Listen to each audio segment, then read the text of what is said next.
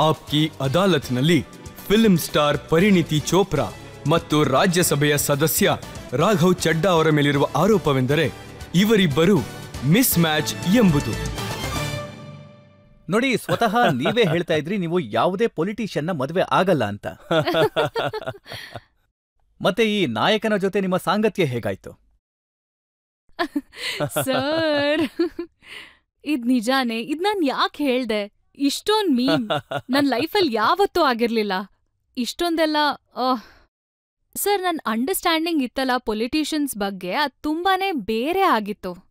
ನನ್ ಮೈಂಡಲ್ಲಿ ಒಂದು ಇಮ್ಯಾಜಿನೇಷನ್ ಇತ್ತು, ಪಾಲಿಟಿಷಿಯನ್ಸ್ ಅವರು ನನ್ನ ಏಜ್ ಅವ್ರು ಆಗಿರಲ್ಲ. ಅದೇ ನನ್ ಮೈಂಡಲ್ಲಿ ಒಂದು ಇಮೇಜ್ ಇತ್ತಲ್ಲ ಅವ್ರ ಬಗ್ಗೆ, ಪಾಲಿಟಿಷಿಯನ್ಸ್ ಬಗ್ಗೆ. ಇವನ್ ಹಾಗಾಗಿರ್ಲಿಲ್ಲ. ಸೊ ಅದಕ್ಕೇನೆ he's okay. But the interesting thing is, ನಾನು ನಿಮ್ಗೆ ಹೇಳ್ತೀನಿ, ಯೋಚನೆ ಮಾಡ್ತೀರಾ ಅಂತ ಹೇಳಿದೆ. ನಿಮ್ಗೆ ಹೇಗ್ ಗೊತ್ತಾಯ್ತು ಈ ರಾಘವ್ ಚಡ್ಡಾ ಯಾರು ಅಂತ? ಮತ್ತೆ ಎಲ್ಲಿ ಭೇಟಿ ಮಾಡಿದ್ರಿ? ಇಂಗ್ಲೆಂಡಲ್ಲಿ ಒಂದು ಅವಾರ್ಡ್ ಫಂಕ್ಷನ್ ಆಗಿತ್ತು. ಅಲ್ಲಿ ಅವಾರ್ಡ್ಸ್ ಕೊಡ್ತಾ ಇದ್ರು for outstanding achievers. So outstanding achiever in entertainment ನನಗ್ ಸಿಗ್ತಾ ಇತ್ತು, ಅಂಡ್ ಪಾಲಿಟಿಕ್ಸ್ ಅಂಡ್ ಗವರ್ನೆನ್ಸ್ ಅಲ್ಲಿ ಇವನಿಗೆ ಸಿಗ್ತಾ ಇತ್ತು. ಸೊ ನಾನ್ ಯಾವಾಗ ಲಂಡನ್ ತಲುಪದ್ನಲ್ಲ ಅವಾರ್ಡ್ ತಗೊಳ್ಳೋದಿಕ್ಕೆ, ಸೊ ನನ್ ತಮ್ಮ ಅಲ್ಲೇ ಓದ್ತಾ ಇದ್ದಾನೆ. ಅವನು ನನ್ನ ಸುಮ್ನೆ ಕೇಳ್ದ, ಯಾವ ಅವಾರ್ಡ್ಗೋಸ್ಕರ ಬಂದಿದ್ಯಾ, ಏನ್ ಫಂಕ್ಷನ್, ಯಾರ್ಯಾರಿಗೆ ಏನೇನ್ ಸಿಗ್ತಿದೆ ಅಂತ ಕ್ಯಾಶುಯಲಿ ಕೇಳ್ದ. ಸೊ ನನ್ಗವಾಗ ರಾಘವ್ ಗೊತ್ತಿರ್ಲಿಲ್ಲ, ಯಾಕಂದ್ರೆ ನಾನು ಪೊಲಿಟಿಕ್ಸ್ ಫಾಲೋ ಮಾಡಲ್ಲ. ಸೊ ನಾನಂದೆ, ಯಾರೋ ರಾಘವ್ ಚಡ್ಡಾ ಅಂತ ಬರ್ತಿದ್ದಾರೆ. ಸೊ ನನ್ ತಮ್ಮನ್ ಬಾಯಿ ಕಣ್ಣು ಎಲ್ಲ ದೊಡ್ಡದಾಗ್ ಓಪನ್ ಆಗೋಯ್ತು. He said, Raghav Chadha is coming. So ನಾನಂದೆ, ಐ ಮೀನ್ ವಾಟ್ ಹ್ಯಾಪೆಂಡ್? ಅವಾಗ ನನ್ ತಮ್ಮ ಅಂದ, ಆಕ್ಚುಲಿ ನನ್ಗೆ ಇಬ್ರು ತಮ್ಮಂದಿರಿದ್ದಾರೆ, ಅವರು ಕೋವಿಡ್ ಟೈಮಿಂದಾನು ರಾಘವ್ನ ತುಂಬಾ ಫಾಲೋ ಮಾಡ್ತಿದ್ದಾರೆ. ಮತ್ತೆ ಅವ್ರಿಬ್ರು ತುಂಬಾನೇ ದೊಡ್ಡ ಫ್ಯಾನ್ಸು ರಾಘವ್ಗೆ. ಸೊ ಅವ್ರಿಬ್ರಿಗೂ ವಿಶ್ವಾಸನೇ ಆಗ್ಲಿಲ್ಲ. Shivang said, you have to go and meet him, you have to go and say hi to him. So ನಾನಂದೆ ಓಕೆ. ನಾನ್ ಯಾವಾಗ ಅವಾರ್ಡ್ ಶೋಗ್ ಹೋದ್ನಲ್ಲ, ನಾನು ಆರ್ಗನೈಸರ್ಸ್ ಹತ್ರ ರಿಕ್ವೆಸ್ಟ್ ಮಾಡ್ದೆ. ನಾನಂದೆ, ನಾನು ಅವಾರ್ಡ್ ತಗೊಂಡ್ ಹೊಟ್ಟೋಗ್ತೀನಿ, ಆದ್ರೆ ಅವಾರ್ಡ್ ತಗೊಂಡ್ಮೇಲೆ ನನ್ಗೆ ಆ ರಾಘವ್ ಚಡ್ಡಾ ಇದಾರಲ್ಲ ಅವ್ರ ಜೊತೆ 2 ನಿಮಿಷ ಮಾತಾಡ್ಬೇಕು. ಅವ್ರು ಹೇಳಿದ್ರು, ಹಾ ಮ್ಯಾಮ್, ಅಫ್ಕೋರ್ಸ್. ಸೊ ನಾನು ಹೊರಡ್ಬೇಕಾದ್ರೆ ಆರ್ಗನೈಸರ್ಸ್ ಹೇಳಿದ್ರು, ನಾನಂದೆ ಅವ್ರನ್ನ ಮೀಟ್ ಮಾಡ್ಸಿ ಅಂತ. ಅವ್ರು ಹೇಳಿದ್ರು, ಮ್ಯಾಮ್ ಅವ್ರು ನಿಮ್ ಹಿಂದೆನೇ ಕೂತಿದ್ದಾರೆ. ನಾನ್ ತಿರುಗ್ದಾಗ ಅಲ್ಲೇ ರಾಘವ್ ಕೂತಿದ್ದ. ನಾನ್ ಹೋದೆ ಅವನ ಹತ್ರ. ಸೊ ನನಗೆ ಗೊತ್ತೇ ಇರ್ಲಿಲ್ಲ ಏನ್ ಮಾತಾಡ್ಲಿ ಅಂತ. ಸೊ ನಾನಂದೆ, hi I am Parineeti and my brothers are very big fans of you. So avananda, how sweet, thank you. So nanande, anyway we'll catch up. ಎಲ್ಲರೂ ಹೇಳ್ತಾರಲ್ಲ, will be in touch, will catch up, ಆದ್ರೆ ಯಾರು catch up ಮಾಡಲ್ಲ. So ನಾನ್ ಹೇಳ್ದೆ will keep in touch. ಯಾವಾಗಾದ್ರೂ ಬಾಂಬೆ ಬಂದಾಗ ಅವಾಗ ಹೇಳ್ದ, ನಾಳೆ ಬೆಳಗ್ಗೆನೆ ಮೀಟ್ ಆಗೋಣ.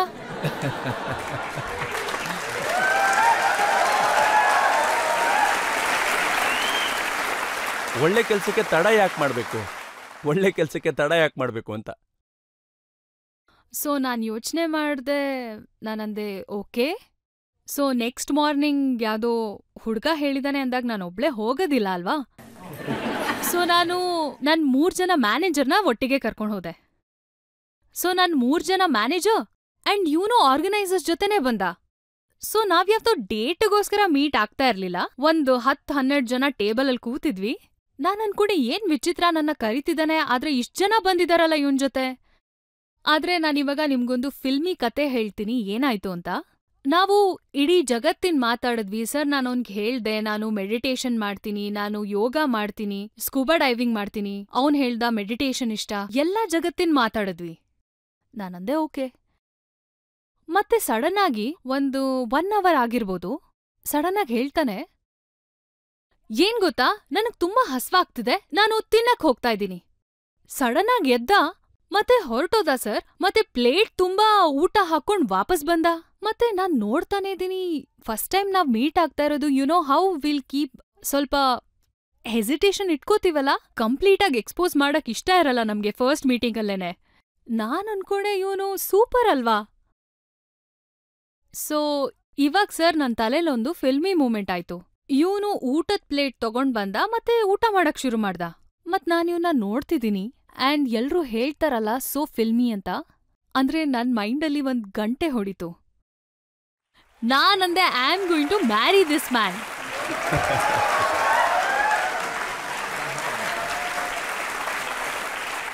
I just don't know. Actually ಕಥೆಲಿ ಟ್ವಿಸ್ಟ್ ಏನು ಅಂದ್ರೆ ನಾನು ನಿಮಗ್ ಮುಂಚೆ ಹೇಳಿರೋ ಥರ ನನಗೆ ಇವನ್ ಬಗ್ಗೆ ಏನೂ ಗೊತ್ತೇ ಇಲ್ಲ. ನೋಡಕ್ಕಿಷ್ಟು ಹ್ಯಾಂಡ್ಸಮ್ ಆಗಿದಾನೆ. ಊಟ ತಿಂಡಿ ವಿಷಯದಲ್ಲಿ ಇಂಟ್ರೆಸ್ಟ್ ಆಗ್ಲೇ ಮ್ಯಾಚ್ ಆಗಿತ್ತು. ಸೊ ನಮ್ ಮೀಟಿಂಗ್ ಮುಗೀತು, ನಾನ್ ಮೇಲ್ ಹೋದೆ ನನ್ ರೂಮಿಗೆ. ಆಮೇಲೆ ನಾನ್ ಗೂಗಲ್ ಮಾಡಕ್ ಶುರು ಮಾಡ್ದೆ. Who is Raghav Chadha? Is Raghav Chadha married? ಆಮೇಲೆ main question, what is Raghav Chadha's age? 20-25 ವರ್ಷ ಏನಾದ್ರೂ ಇದ್ರೆ, ಯಾಕಂದ್ರೆ ನೋಡಕ್ಕಂತೂ ಹಾಗೆ ಕಾಣಿಸ್ತಾನೆ. ಯಾಕಂದ್ರೆ ತುಂಬಾ ಚಿಕ್ಕವನಾಗೋಗ್ತಾನಲ್ಲ, ಮ್ಯಾಚ್ ಆಗಲ್ಲ ಅಂತ. ಸೊ ಎಲ್ಲ ಆನ್ಸರ್ಸ್ ಕರೆಕ್ಟ್ ಆಗಿತ್ತು. ಸೊ ಆಮೇಲೆ ಎಷ್ಟೆಲ್ಲ ಇವನ್ ಬಗ್ಗೆ ಓದಿದ್ನಲ್ಲ, ಅಲ್ಲಿ ನೋಡ್ದೆ ಪೊಲಿಟಿಕ್ಸ್ ಅಲ್ಲಿ ಏನ್ ಮಾಡ್ತಾನೆ, ಮೆಂಬರ್ ಆಫ್ ಪಾರ್ಲಿಮೆಂಟ್, ರಾಜ್ಯಸಭಾ, ಇದ್ರ ಬಗ್ಗೆ ನಾನು ಗೂಗಲ್ ಮಾಡಿ ಅರ್ಥ ಮಾಡ್ಕೊಂಡೆ. ಯಾಕಂದ್ರೆ ನಂಗೆ ಏನೂ ಗೊತ್ತಿರ್ಲಿಲ್ಲ. ರಾಜ್ಯಸಭೆ ಏನು ಅಂತ ನಿಮಗೆ ಗೊತ್ತಿರ್ಲಿಲ್ವಾ? ಸರ್ ಎಲ್ಲಾರ್ ಮುಂದೆ ಹೀಗೆ ಹೇಳ್ಬೇಡಿ ಅಲ್ವಾ ಸರ್ ನೀವು? ಇಲ್ಲ ಇಲ್ಲ, ಗೊತ್ತಿತ್ತು ಗೈಸ್, ಗೊತ್ತಿತ್ತು. ಗೂಗಲಿಂದ ಗೊತ್ತಾಯ್ತಾ? ಹಾ, ಗೂಗಲ್ ಗೊತ್ತಿತ್ತು. ಸೊ ಎನಿವೇ ಗೈಸ್, ನಾನು ತುಂಬಾ ಗೂಗ್ಲಿಂಗ್ ಮಾಡಿ ಆಮೇಲೆ ನಾನು ಅನ್ಕೊಂಡೆ ಮದ್ವೆ ಆದ್ರೆ ಇವನ್ ಜೊತೆನೆ ಆಗೋದು.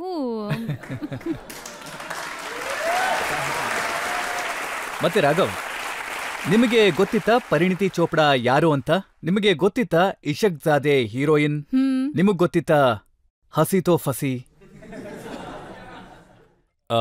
ನನಗಂತೂ ಖಂಡಿತವಾಗ್ಲೂ ಗೊತ್ತಿತ್ತು. ಮತ್ತೆ ನಾನು ಕೂಡ ಇವ್ರು ನನ್ನ ಹತ್ರ ಹೇಳಿದಾಗ ನಾವು ಅರ್ಲಿ ಮಾರ್ನಿಂಗ್ ಸಿಗೋಣ ಅಂತ ನಾನು ಅನ್ಕೊಂಡೆ. ಅವಕಾಶನ ಯಾಕೆ ಮಿಸ್ ಮಾಡ್ಕೊಳ್ಳೋದು? ನಾವು ಮೀಟ್ ಆದ್ವಿ. ಆದರೆ ಅದಾದ್ಮೇಲೆ ಈ ಮೀಟಿಂಗ್ ಅನ್ನೋದು ಕಂಟಿನ್ಯೂ ಆಗ್ತಾ ಹೋಯ್ತು. ಮತ್ತಿವರು ಯಾವಾಗ ಭಾರತಕ್ಕೆ ವಾಪಸ್ ಬಂದ್ರು, ಸೀದಾ ಪಂಜಾಬಿಗೆ ಬಂದ್ರು ಶೂಟ್ ಮಾಡೋದಕ್ಕೆ. ಮತ್ ನಾನು ಪಂಜಾಬಲ್ಲಿ ಕೆಲಸ ಮಾಡ್ತಾ ಇದ್ದೆ, ನನ್ನ ಸರ್ಕಾರ ಅಲ್ಲೇ ಇರೋದು. ಆಗ ನಾವು ಆಗಾಗ ಮೀಟ್ ಮಾಡಕ್ ಶುರು ಮಾಡಿದ್ವಿ. ಅದಾದ್ಮೇಲೆ ಸ್ವಲ್ಪ ಮುಂದುವರೆದು ಈ ಒಂದು ರಿಲೇಶನ್ಶಿಪ್. ಕದ್ದು ಮುಚ್ಚಿ ಭೇಟಿ ಆಗ್ತಿದ್ರ ಅಥವಾ ಎಲ್ರು ಮುಂದೆ? ಮುಂಚೆ ಕದ್ದು ಮುಚ್ಚಿ ಮೀಟ್ ಆಗ್ತಿದ್ವಿ. ನನಗೆ ನೆನಪಾಗ್ತಾ ಇದೆ, ನಾವು ಒಂದ್ಸಾರಿ ಮುಂಚೆ ಅಂತೂ ತುಂಬಾ ಕದ್ದು ಮುಚ್ಚಿ ಮೀಟ್ ಆಗ್ತಿದ್ವಿ.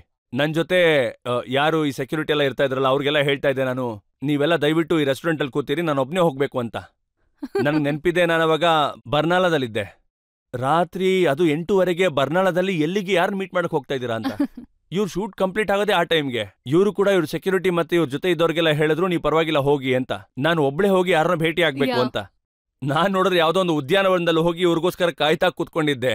ಉದ್ಯಾನವನ ಅಂತ ಹೇಳ್ಬೇಡ.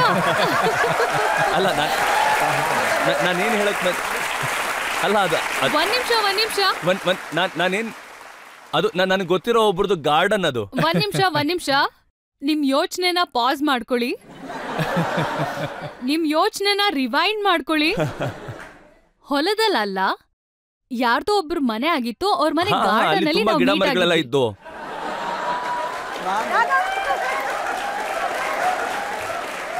ಅವ್ರ ಗಾರ್ಡನ್ ಅಲ್ಲಿ ಮೀಟ್ ಆದ್ವಿ. ಅಲ್ಲಿ ಕೂತು ತುಂಬಾ ಹೊತ್ತು ಮಾತಾಡಿದ್ವಿ. ಆಮೇಲೆ ಸ್ವಲ್ಪ ದಿನ ಸಿಗ್ತಾ ಹೋದ್ವಿ. ಆಮೇಲೆ ನಂಗೆ ನೆನಪಾಗ್ತಿದೆ, ನಾವು ಚಮ್ಕಾರ್ ಸಾಬ್ ಗುರುದ್ವಾರಕ್ಕೂ ಹೋಗಿದ್ವಿ. ನಾನೊಂದ್ ಸ್ಟೋರಿ ಹೇಳ್ತೀನಿ ಸರ್. ನಾವು ಮೊದಲನೇ ಸಲ ಮೀಟ್ ಆದ್ವಲ್ಲ, ಅವಾಗ ನಾವು ಚಂಡೀಗಢಲ್ಲಿ ಸಿಕ್ಕಿದ್ವಿ.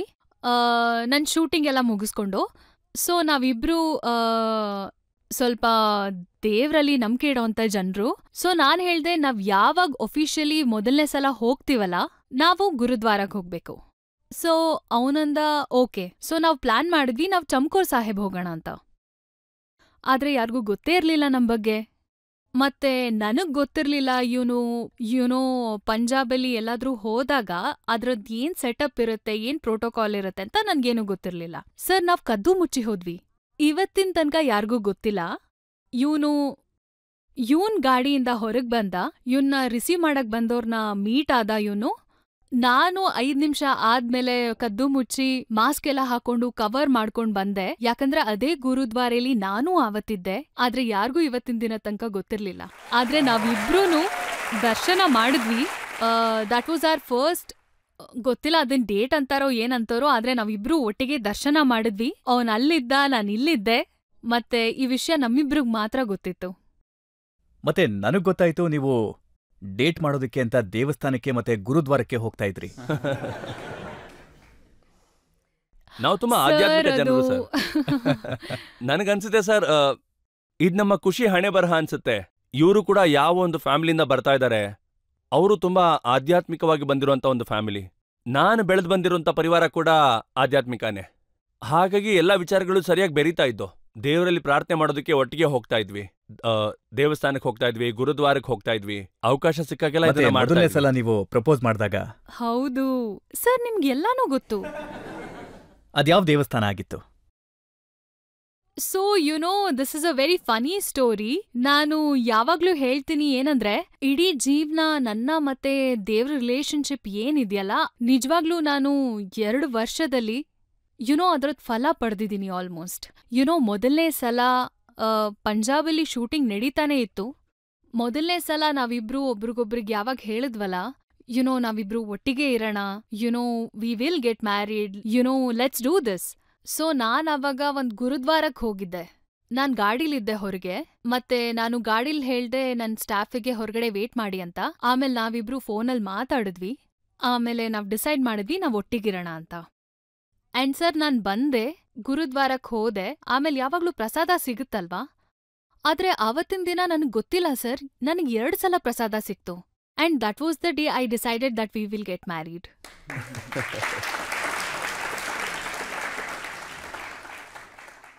ನೋಡಿ, ಈಗ ನಿಮ್ಮ ಮದ್ವೆ ಆಗಿದೆ, ಜೊತೆನಲ್ಲೇ ಸಮಯ ಕಳೀತಾ ಇದ್ದೀರಾ. ಈಗ ನನಗೆ ಹೇಳಿ, ಪರಿಣಿತಿ ಅವರ 5 ಸಿನಿಮಾಗಳ ಹೆಸರನ್ನ. ಅಯ್ಯೋ ದೇವ್ರೆ ಸರ್, ಈ 5 ಸಿನಿಮಾ ಹೆಸರಿಗಿಂತ ನೀವು ನನ್ನ ಒಂದ್ 50 ಒಳ್ಳೆ ಗುಣಗಳು ಯಾವ್ದು ಅಂತ ಕೇಳಿ ಹೇಳ್ಬಿಡ್ತೀನಿ ನಾನು. ಈ ಸಿನಿಮಾ ಹೆಸರುಗಳನ್ನ ಮಾತ್ರ ಕೇಳ್ಬೇಡಿ. ನಾನು ಒಳ್ಳೆ ಗುಣನೇ ಪ್ರಿಫರ್ ಮಾಡ್ತೀನಿ ಕೇಳೋದಿಕ್ಕೆ, ಅಲ್ವಾ? ನಾನ್ ಪ್ರಯತ್ನ ಮಾಡ್ತೀನಿ. ನೇಮ್ ಇಶಕ್ ಝಾದೆ, ಅದನ್ನ ಈಗಷ್ಟೇ ನಾನೇ ಹೇಳಿದ್ದೀನಿ. Uunchai, Uunchai, Golmaal again, Golmaal again, Chamkila, Chamkila, girl on the train, Hasee Toh ಪಸಿ, ಕೇಸರಿ. ಓ ನಾನು 5ಗಿಂತ ಜಾಸ್ತಿ ವಾವ್. ಹೇಳಿದೆ. ಇವಾಗ ನೀವು ಇವರ ಪಾರ್ಟಿಯ 5 ಲೀಡರ್ಗಳ ಹೆಸರನ್ನ ಹೇಳಿ. ಅಯ್ಯೋ ದೇವ್ರೇ. ಒಂದಂತೂ ಇವ್ರಿಗೆ ಗೊತ್ತೇ ಇರುತ್ತೆ. ಅರವಿಂದ್ ಕೇಜ್ರಿವಾಲ್, ಯೂಸೆ ಮನೀಶ್ ಸಿಸೋಡಿಯಾ. ಇಲ್ಲ, ಚೀಟಿಂಗ್ ಬಿಡ, ನಾನ್ ಚೀಟಿಂಗ್ ಮಾಡಲ್ಲ. ಮನೀಶ್ ಸಿಸೋಡಿಯಾ, ಭಗವಂತ್ ಮಾನ್, ಗೋಪಾಲ್ ರಾಯ್, ಸಂಜಯ್ ಸಿಂಗ್. ಸಂಜಯ್ ಸಿಂಗ್. ಆಯ್ತಾಯ್ತು ಬಿಡಿ.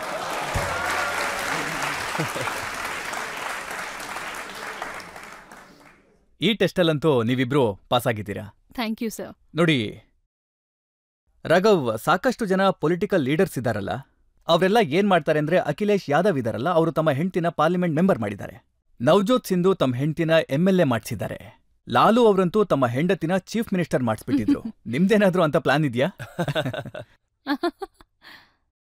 ಸರ್, ನನಗೇನ್ ಅನ್ಸುತ್ತೆ ಅಂದ್ರೆ, ಯಾರೇನ್ ಕೆಲ್ಸ ಇದೆಯೋ ಅದನ್ನ ಮಾಡ್ತಾ ಹೋಗ್ಬೇಕು. ಹಾಗೇನೆ ಅವ್ರವ್ರ ಕೆಲ್ಸ ಅವರೇ ಮಾಡ್ಬೇಕು, ನಾವು ಮಾಡಕ್ ಹೋಗ್ಬಾರ್ದು. ಮತ್ತೆ ಹೇಗ್ ನೋಡಿದ್ರು ನಮ್ ಪ್ರೊಫೆಷನಲ್ಲಿ ಅಂದ್ರೆ ನಮ್ ಕೆಲ್ಸ ಏನಿರುತ್ತೆ ಅಂದ್ರೆ, ತುಂಬಾ ಜನ ಇದರಲ್ಲಿ ಆಕ್ಟ್ ಕೂಡ ಮಾಡ್ತಾರೆ. ಆಕ್ಟಿಂಗ್ ಮಾಡೋದಕ್ಕೆ ನಮ್ ಪ್ರೊಫೆಷನಲ್ಲಿ ತುಂಬಾ ಸ್ಕೋಪ್ ಇದೆ. ಬಿಕಾಸ್ ಎಷ್ಟು ಡ್ರಾಮಾ ಇವ್ರ ಪ್ರೊಫೆಷನಲ್ಲಿ ಮತ್ತೆ ಆಕ್ಟಿಂಗ್ ಎಷ್ಟೆಲ್ಲ ಇಲ್ಲಿ ಕೂಡ ಇರುತ್ತೆ, ಅದೆಲ್ಲ ಕೂಡ ನಮ್ ಪ್ರೊಫೆಷನಲ್ಲೂ ಇರುತ್ತೆ, ಈ ಡ್ರಾಮಾ ಆಕ್ಟಿಂಗ್ ಎಲ್ಲ ಅಂತ ನನಗನ್ಸುತ್ತೆ.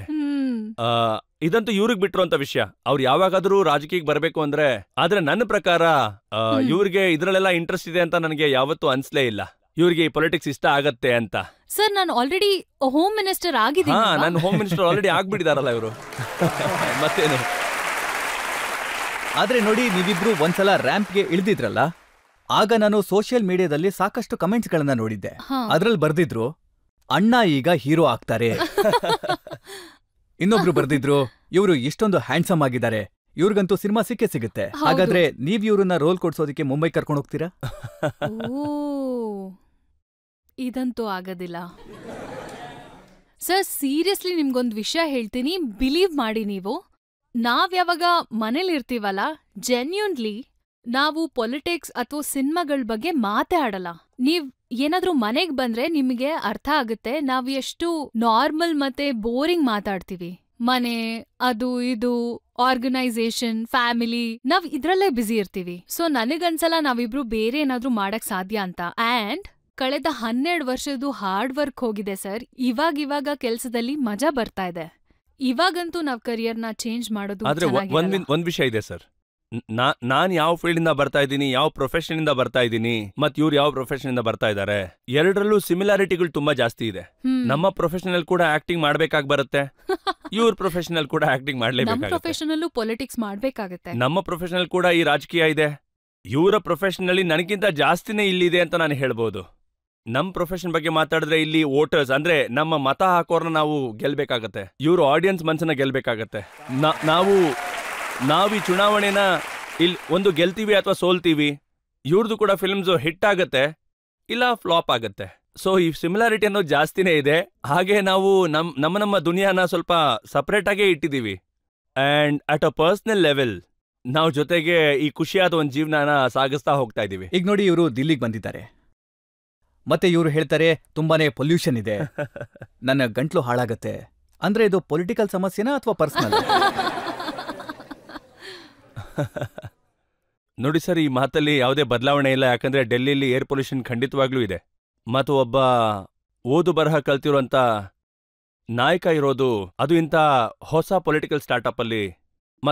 ಅವರ ಸಂಕಲ್ಪ ಏನಿದೆ ಅಂದ್ರೆ ಈ ಡೆಲ್ಲಿ ಜನಗಳನ್ನ, ಈ ಉತ್ತರ ಭಾರತದವ್ರನ್ನ ಸೇಫ್ ಮಾಡೋದು. ನಾವು ಕೂಡ ಸಣ್ಣ ಪುಟ್ಟ ಪ್ರಯತ್ನಗಳನ್ನ ಮಾಡಿದೀವಿ. ನನಗನ್ಸುತ್ತೆ ಇನ್ನೊಂದು 2-3 ಸತಿ ನಮ್ಮ ಪಕ್ಷ ಏನಾದ್ರು ಡೆಲ್ಲಿಲಿ ಬಂದ್ರೆ ಆ ಸಮಯದಷ್ಟರಲ್ಲಿ ಈ ಏರ್ ಪೊಲ್ಯೂಷನ್ ಎಲ್ಲ ಸರಿ ಹೋಗ್ಬಿಡುತ್ತೆ. ಹೋಗ್ಲಿ ಬಿಡಿ, ಇವರಿಂದಾಗಿ ನಮಗೂ ಒಳ್ಳೆ ಗಾಳಿ ಸಿಗುತ್ತೆ. ಆದ್ರೆ ನಿಮ್ಗೆ ಎಲ್ಲ ಎಲ್ರಿಗೂ ಕೂಡ ಈ ಒಂದು ಫ್ರೆಶ್ ಗಾಳಿ ಅನ್ನೋದು ಸಿಗುತ್ತೆ. ಮತ್ತೆ ಈ ಏರ್ ಪೊಲ್ಯೂಷನ್ ಬಗ್ಗೆ ನಾವಂತೂ ತುಂಬಾ ಚರ್ಚೆ ಮಾಡ್ತಾನೆ ಇದೀವಿ. ನನಗನ್ಸುತ್ತೆ ನಾವು ಪ್ರಯತ್ನ ಮಾಡ್ತಾ ಇದೀವಿ. ಎರಡೂ ಸರ್ಕಾರ ಕೂಡ ಕೆಲ್ಸಗಳನ್ನ ಮಾಡ್ತಾ ಇದ್ದಾರೆ. ಈ ವಿಷಯ ಬಂದು ಪೂರ್ತಿ ಉತ್ತರ ಭಾರತದ್ದು. ಇದು ಕೇವಲ ಡೆಲ್ಲಿ ವಿಷಯ ಮಾತ್ರ ಅಲ್ಲ. ಬಾಗಲ್ಪುರ್, ಲಕ್ನೋ, ವಾರಣಾಸಿ, ಭಿವಾನಿ, ಭಿವಾಡಿ, ವಿದಿಶಾ, ಪೂರಾ ಉತ್ತರ ಭಾರತದಲ್ಲಿ ಒಂದ್ ರೀತಿಲಿ ಈ ಏರ್ ಪೊಲ್ಯೂಷನ್, ಈ ಸ್ಮಾಗ್ ಅಂತ ಅದು ಆವರಿಸ್ಕೊಳ್ತಾ ಬರ್ತಾ ಇದೆ. ಹಾಗಾಗಿ ಈ ಸರ್ಕಾರ ಒಂದಾಗಿ ಕೆಲವು ವರ್ಷಗಳ ಹಿಂದೆ ಹೇಳಿದ್ರಲ್ಲ, ನಾವೊಂದು ಸೊಲ್ಯೂಷನ್ ಹುಡುಕಿದೀವಿ, ಅದನ್ನ ನಾವು ಮಿಕ್ಸ್ ಮಾಡಿ ಬೆಳೆಗಳಿಗೆ ಹಾಕಿದ್ರೆ ಅದಲ್ಲೇ ಕರ್ಗೋಗುತ್ತೆ. ಅದು ಆಕ್ಚುಲಿ ಒಳ್ಳೆಯ ಸೊಲ್ಯೂಷನ್ ಆಗಿತ್ತು. ಆ ಸೊಲ್ಯೂಷನ್ ಡೆಲ್ಲಿಗೋಸ್ಕರ ಸೂಟ್ ಆಯ್ತು. ಇವತ್ತಿಗೂ ನಮ್ಮ ಈ ಡೆಲ್ಲಿ ಸರ್ಕಾರ, ಈ ಡೆಲ್ಲಿಲಿ ಎಷ್ಟು ಫಾರ್ಮ್ ಲ್ಯಾಂಡ್ಸ್ ಅಂತ ಇದೆ, ಈ 5,000 ಎಕರೆಗಳಿರ್ಬೋದು, ಅಲ್ಲಿ ಇದೇ ಸೊಲ್ಯೂಷನ್ ನಾವು ಯೂಸ್ ಮಾಡಿ ಸ್ಟಬಲ್ ಎಲ್ಲ ತಗೊಂಡು ಹೋಗ್ತಾ ಇದೀವಿ. ಇದೇ ಸೊಲ್ಯೂಷನ್ ಈ ಪಂಜಾಬ್ ಆಗ್ಲಿ ಹರಿಯಾಣ ಆಗ್ಲಿ ಅಲ್ಲಿ ಅದು ಸಫಲತೆ ಕಾಣಲಿಲ್ಲ. ಅದಕ್ಕೊಂದು ಕಾರಣ ಇದೆ.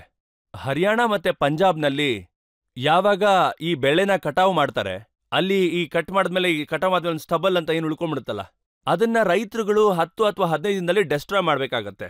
ಒಂದ್ ವೇಳೆ ಅವರು 10 ರಿಂದ 15 ದಿನಗಳಲ್ಲಿ ಅದನ್ನ ಡೆಸ್ಟ್ರಾಯ್ ಮಾಡಕ್ ಆಗ್ಲಿಲ್ಲ ಅಂದ್ರೆ ಅದ್ರ ನೆಕ್ಸ್ಟ್ ಈಲ್ಡ್ ಏನಂತ ಬರುತ್ತಲ್ಲ, ಅದರದ್ದು ಬೆಳೆ ಕಡಿಮೆ ಆಗ್ತಾ ಹೋಗ್ಬಿಡುತ್ತೆ. ಈ ಸೊಲ್ಯೂಷನ್ ನಲ್ಲಿ ಕೇವಲ ಅಂದ್ರೂ ಒಂದು 4 ತಿಂಗಳು ಬೇಕಾಗತ್ತೆ. ಈ 10 to 12 ಡೇಸ್ ಒಂದು ಈ ಇಮಿಡಿಯೇಟ್ ಸೊಲ್ಯೂಷನ್ ನ ನಾವು ರೈತರಿಗೆ ಕೊಡಬೇಕಾಗತ್ತೆ.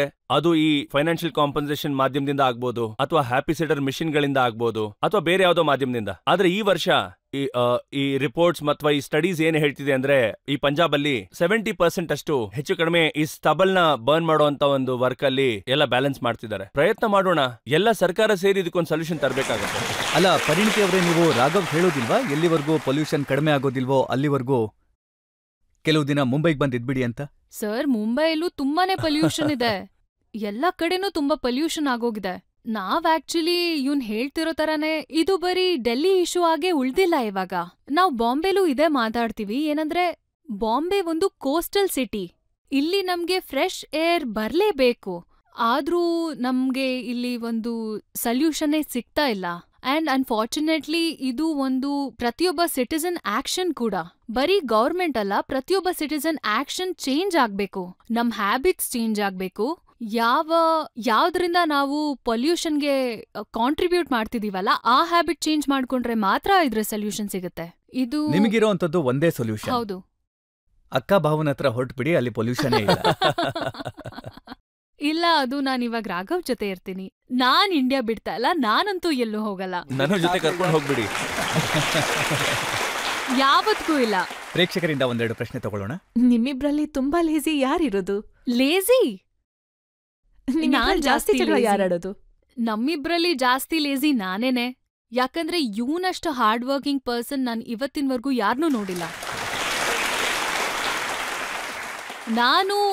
ನಾನ್ ನಿಜವಾಗ್ಲೂ ಯೋಚಿಸ್ತಿದ್ದೆ ನಾನ್ ತುಂಬಾನೇ ಹಾರ್ಡ್ ವರ್ಕಿಂಗ್ ಅಂತ. ಆಮೇಲೆ ನಾನ್ ರಾಘವ್ನ ಮೀಟ್ ಮಾಡ್ದೆ.